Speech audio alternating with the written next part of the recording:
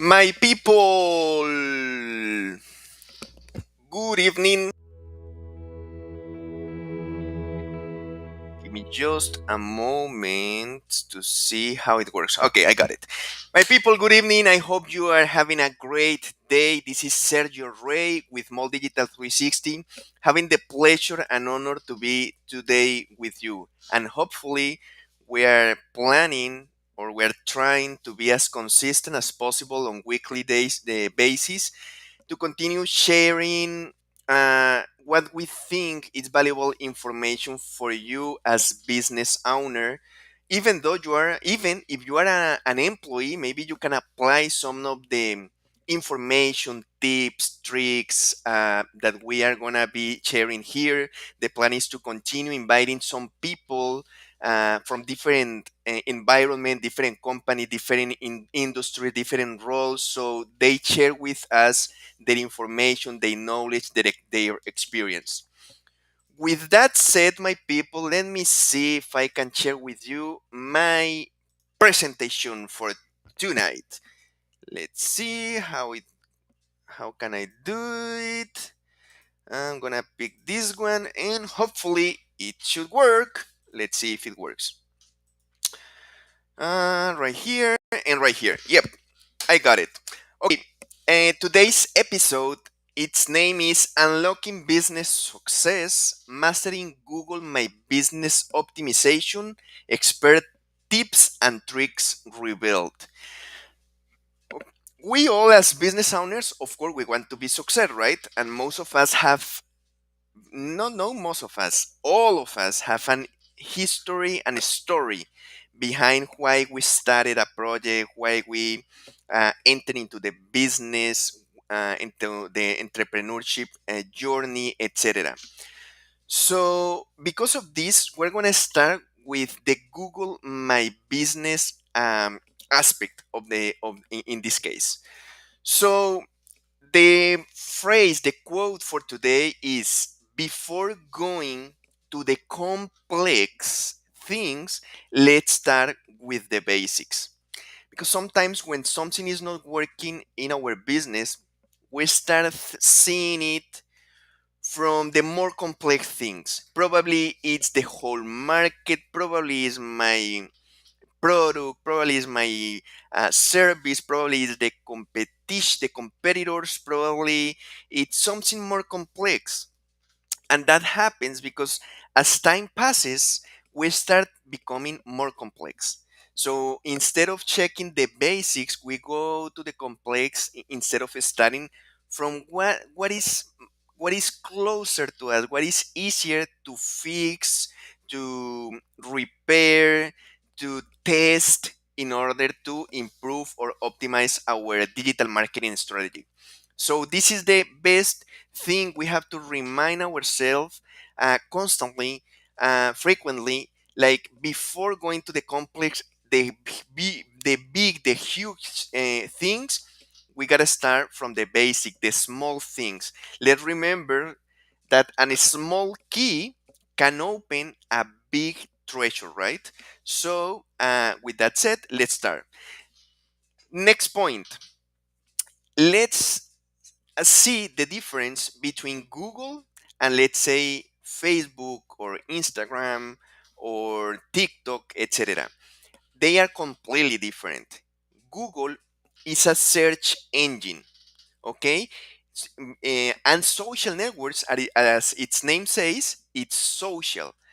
So when we say Google, we're talking about a person that is already looking for something, looking to solve a problem, to solve a pain that he has. While in the social networks, we never enter into social to buy, to get something. We basically enter into it to socialize with people, right? See what my parents, my family, my relative, my friends are doing, but not specifically to buy some things into the social networks. So that is a huge difference that change the whole panorama about the importance. We are not saying that Google is better than Facebook or Instagram, but what we are saying is that they are completely different. They complement each other, and we're gonna see that in the next slides. Some times ago, Google did a study, a research that they call the ZMOT, Zero Moment of Truth. So they study when, as a customer, when do we really take a decision to buy something? Okay, and we have to rewind our cassette and remember how we used to purchase back days before, probably before the internet or when the internet started. We used to take the channels were one channel. Okay, so basically the TV speak to us, but we cannot speak back to them. The radio only one way to us, but we cannot reply to the radio. Then the newspaper we can read the newspaper, but we cannot contact them back. So that is a one channel. So back days in this type of communication, we used to take the decision in that specific moment. We watch a commercial on TV, we like it, we decide to buy it. We see an ad on the newspaper, we decided, we buy it. And same thing with the radio. We listen to a radio ad, we take that decision and we buy it. That is the moment where we used to take the decision in the past days. But does that change? Now the zero moment of truth, which is now, is that all channels, all advertising channels are bidirectional or even omnidirectional, which means one way to another, to another, to another. So now with the social media, you see that it doesn't matter what brand, how big or small the company is, they make a post, but you can reply to them, you as a customer and you as a business owner. So now it's not only one way, but bidirectional or even omnidirectional. So with that said, the zero moment of truth changed the timeline where we as human, as customers, take a decision to buy something has changed, because now we see an ad. It doesn't matter where, on TV, on radio, on newspaper, or on social media, or we listen to it in a podcast, or in a we read it in a blog, etc., in YouTube, etc. We now, before we take the decision, we want more information, and that is when Google comes to play, because now when we see what we want, we now want to research. So now as a customer, we want more information before we really decide to buy something. So we can say with that the traffic temperature, let's remember that traffic, we mean traffic as people, right? When we are in social media, on the internet browsing, we are traffic. We are people that are crossing from one website to another, from one platform to another, from one social media to another. We are traffic. And we have a temperature, which is basically cold, warm, and hot. So with social networks, we can say that the traffic usually is cold to warm.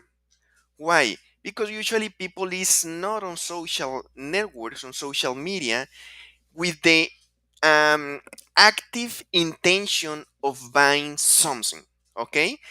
No, they can buy. We buy from social media, and of course, you can sell a lot on social media. But you don't say, "Hey, you know what? I want to buy some shoes. I'm gonna go to Facebook to buy them." No, you are browsing, you are checking your feed, you are scrolling down your screen, and suddenly you see an ad about shoes, and you decide to buy them. But you don't get into it with that intention at first. But with Google, usually the traffic temperature is warm or even hot. Okay, so it's usually the person when goes to Google already knows what his problem is, what he needs and probably how he can solve it. And now here he is in the dilemma of saying, okay, I'm gonna choose this or this. Should I go there or there? Should I get this brand or this other? What is their value? What is their proposal? What is their price? What is their terms? How fast can I get it? Who do I feel that really inspire me more trust that I can be more confident to get from? So it's just a matter of comparison between a versus B or A versus B versus C, but the person or the customer or the lead is already warm and sometimes ready to purchase. They just need a little more of information to take the final decision of saying, I'll go with you, I'll get it from you. So if we check this funnel, this marketing funnel, with basically like the four regular steps, like taking from top to bottom, from cold, warm, and hot. When in the bottom of it is the conversion, the sale, the sign up, the membership, the enrollment, whatever is the service or the product that we deliver as customer. We can say that at the top of it, okay, it's called, and it's usually in social media. You are checking your feed, suddenly an ad appears, it catches your attention, but due to you are not with that intention of buying something, you continue scrolling. That's why when we are running ads, we usually sell a lot more with the remarketing, because it has been shown that we as customers have to be impacted at least between 6 and 8 times before we decide to purchase something. Okay, so we can say that social networks, we are called here, let's say Facebook, Instagram, TikTok, any other social network. We can go to probably to the next level, which is, let's say, warm, when we have an idea of something or we already saw an ad, and that stays in our mind and in a subconscious way, but we are not ready to purchase yet. We just have it like in a secondary level of our mind. But then when we go to a search engine like Google, of course, Google is not the only one, but probably the best known and probably one of the most powerful search engine.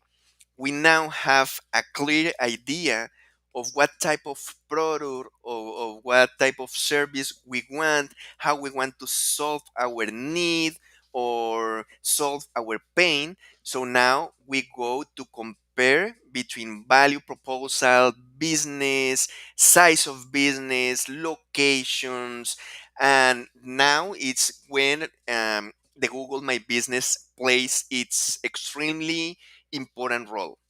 So, with that said, now that we know why the Google My Business is extremely important for our businesses, because of course it's ready, it's our local, it's our virtual location, it's our virtual office when the customer is basically ready to purchase. They just need to verify that you are the right business owner that can provide them the service or product they need for their needs or for their pains. So number one, improving online presence for businesses. It's important to have accurate online listing on Google My Business, as they impact search engine rankings and client trust. Of course, due to Google, the purpose of Google is to be your best buying advisor. They want to give you plenty of information, accurate information. So when you take the decision of purchasing something, you are already aware of everything.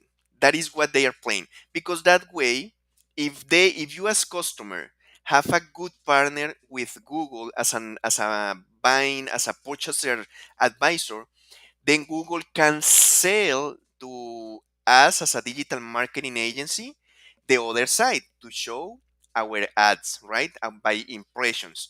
So it's extremely important that we keep it uh, accurate online listing. So everything on it that we fill out all the form, what's the business name, and now we're gonna see some other important details about everything, because the more information we have, the more updated information we have, the more accurate information we have. Now Google says this is a good business that I can refer when somebody is looking for this type of service or product. Okay, so that is the point number one. Point number two, filling out Google business profiles properly, and responding to online review. As I just told you, all of the spaces, all of the blank spaces, all of the blank, yes, spaces that are like in a form for our Google business profile, it's there for a reason. The time, the schedule, our services, what type of, let's say, let me just verify here to see some other things. Let's see the profile, the business name, the business category. So that way, Google has a better idea of what your business offers to your end customer. The description, the opening date. We have to make sure that our information, our contact information is updated. We cannot give the luxury, that's a luxury, to have a person, a lead that is already warm or even hot, ready to purchase with money in hand. And because we don't have it, we don't have the right phone number or the right email or the right website, we're gonna lose money. And guess what? That lead will go to the next to your competitor to buy from them. And worst thing is that Google will see that, and now they will say, okay, now next time that I have a person like this lead, I won't send it to you, but instead I will forward it to him. Why? Because he has what the customer needs. Okay, so we need to make sure that all the fields are are filled out correctly, and all of them, because they have a reason to be there.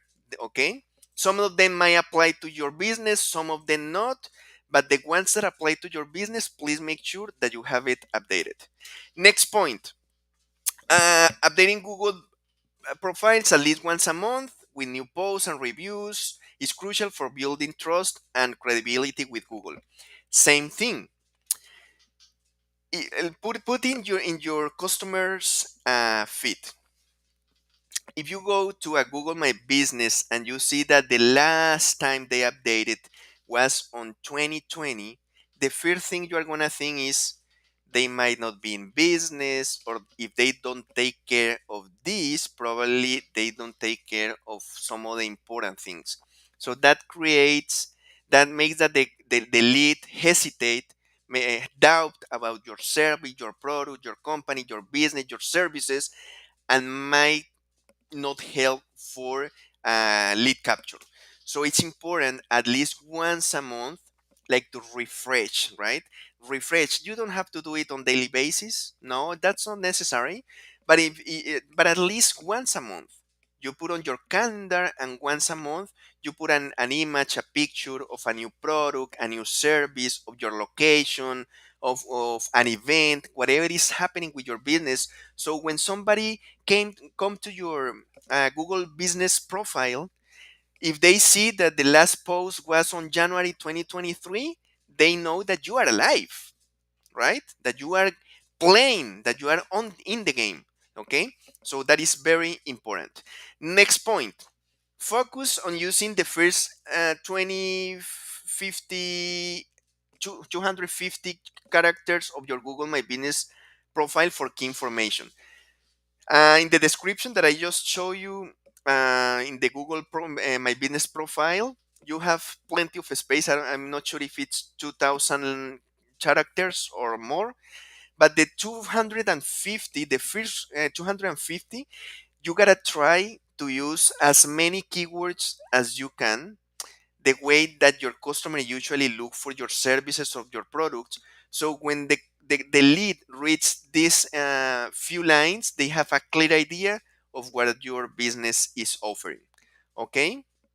Let me see one more thing.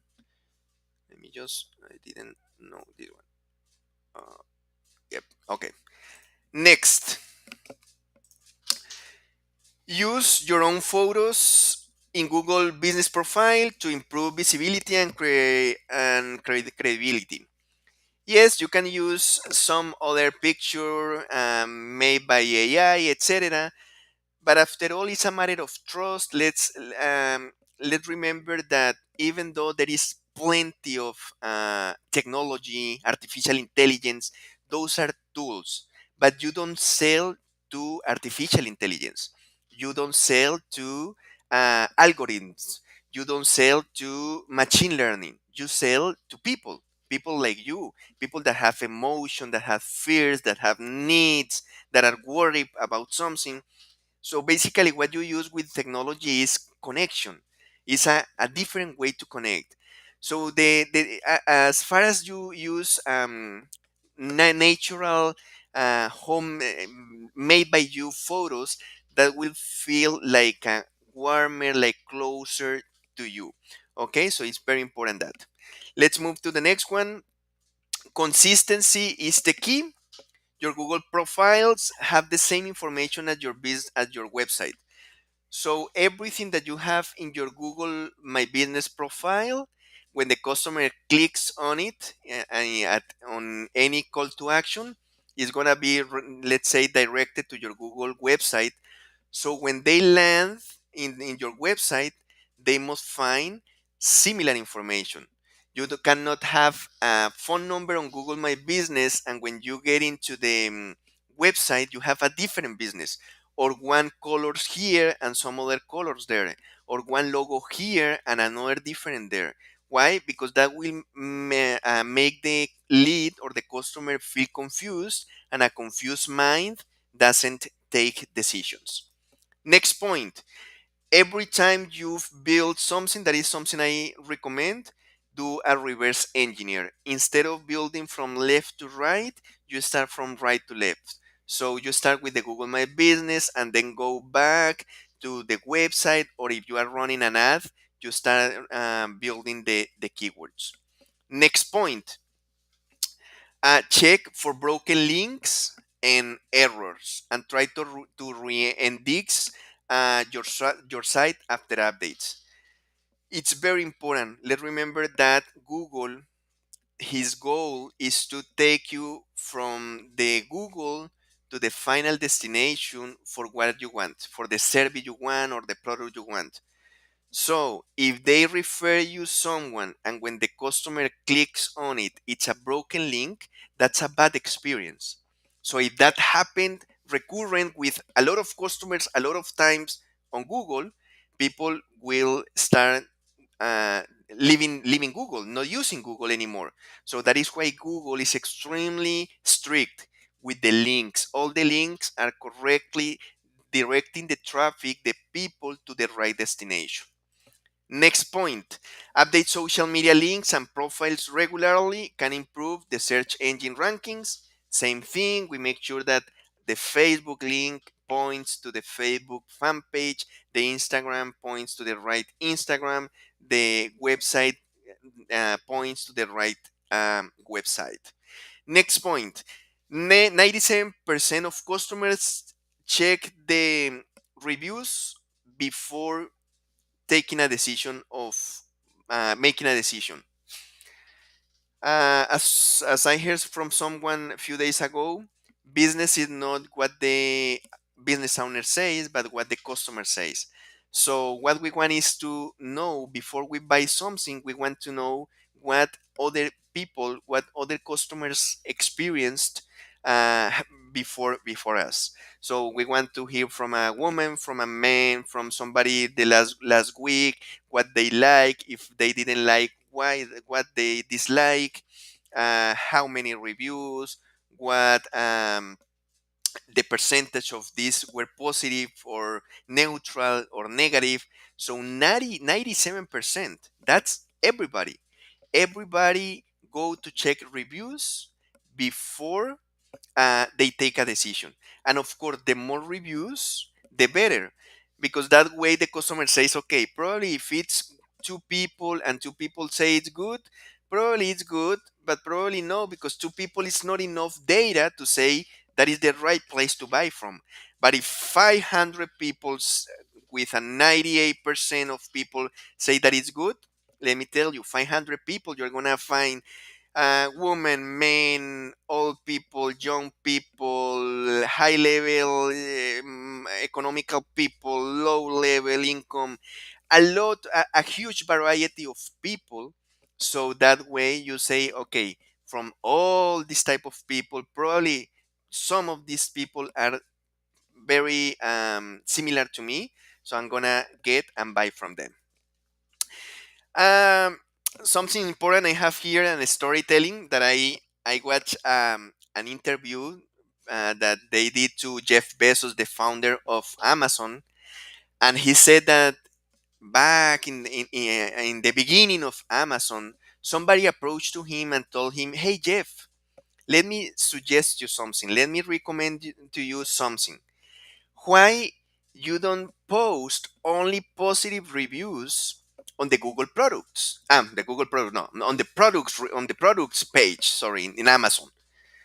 That way you can sell much more if you only allow to post the positive reviews, and the negative reviews you don't post them.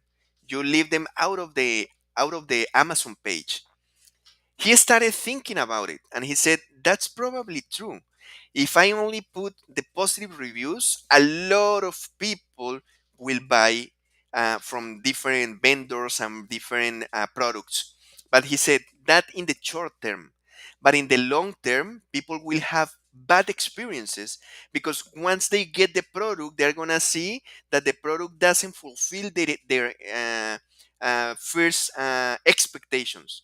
So they're gonna start returning the products and asking for a reimbursement. So that is a bad experience. And if that happens on daily basis, Amazon will go down and we will disappear. So he said, thank you for the suggestion, but no, because our goal in Amazon is not only to sell, but to help customers to buy, to help them have a more informative decision of what they are purchasing. So that is why they post all type of reviews, because they want that once when a customer wants to buy something, they already check all the reviews and that they have as much information as possible before they have even make the purchase. Next point, the importance of Google reviews for businesses. Ask, like the Bible says, right? Ask. Ask for the reviews. Ask. It doesn't matter if it's automated or not, if it's manual or not, if you have it in a paper, in a banner, in a flyer, in a brochure, if you have to, whatever it takes, but don't lose the opportunity to ask for the review, because it doesn't matter. The market doesn't matter if your business has been on business for the past 10, 20, 100 years, if it's the seventh generation running your business. The market only cares that you serve the best way possible. So if your business has been in market on the market for 15 years, but when the customer goes online and only see 5 reviews, positive reviews, but only 5, and there is a newer business next to it that probably has only 1 year on the market but has 400 reviews, guess what? That lead will go to the one that has more reviews. So make sure to ask for the reviews manually or automatically. Now, make it easy for customers. Make it easy to scan a QR code or click a link. Help them to leave you a review. Don't put walls like link, link, link, or whatever it takes. No, make it easy for them to leave you a review. And of course, respond reviews promptly. Of course, we want all the reviews positive, but it's difficult. Let me tell you, it's difficult to have a 5 star when the business is growing, when you have plenty of customers. But ask for feedback, because that feedback will help you to improve, to keep what you are doing great, and to improve what you are doing good or average. Okay. Next point, and of course, we at Small Digital 360 have a solution for it. Its name is AI Review Boost Automator. It helps, of course, to boost the SEO performance for increased visibility and customer attraction. It supercharges the online reputation effortlessly. It automates the review request process for Google and Facebook. And basically, what it does is that every time there is a purchase in your business, automatically, in an effortless way, it will ask a review for the customer on your behalf. So that way, the quantity of review you're gonna get will be more and more and more. And I want to show you an example here on the screen. This business has had it was has been in the business for probably 2 years, and all in 2 years they only had 2 reviews. With our solution, in the last 6 months, the system, the automation, has requested 729 reviews. And of course, they are now ranking um, at the top of Google, because all the customers, or most of the customers, not all the customers, but most of the customers are leaving the review. They have a great customer service. But before we installed this automation, this solution, they didn't request it. So only 5 people left a review in a 2 year period. And it shows 6 months, but in fact, we started the year. So it's been basically 2 months, and they jumped from 5 reviews to more than 70 reviews in a 2 month period, compare with 5 reviews in 2 year period. So that is the change. Of course, that is helping them to rank at the top level of the Google search, and it's bringing new customers to them. So, people, that is for now. I will really want to thank you for being here. One more thing here: if somebody has a specific question for this, for the Google My Business, for SEO purpose, or whatever related to this topic, kindly feel free to do it. I'm gonna put here. Let me see. How can I change like here? Yep, but no, no, no, no. Let's see. I'm just starting playing with it. Right here, maybe. Yep, I got it. Okay.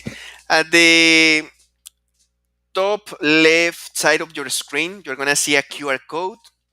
If you scan that QR code, we take you to my landing page with all my social media, with all the links. If you would like to get a free audit of your business, as one of my professors, when I did a course about repair cell phone repair, and he asked us, "Hey, what's more important, the diagnostic or to fix something?" And we didn't know. He said to have the diagnostic, because once you know what's wrong, now you can see how to solve it. But if you don't know what's wrong, now we're in trouble, right?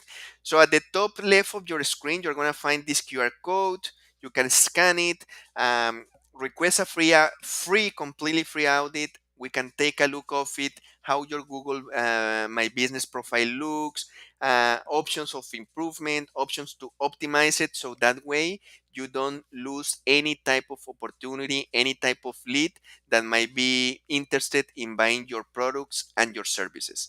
So, with that said, my people, I really wish you a great night. Thank you so much for being with me. If you see it later when we have finished this live, thank you so much again. Thank you for following me on social media. Thank you for all your support, and we stayed in touch. For your success, Sergio Rey.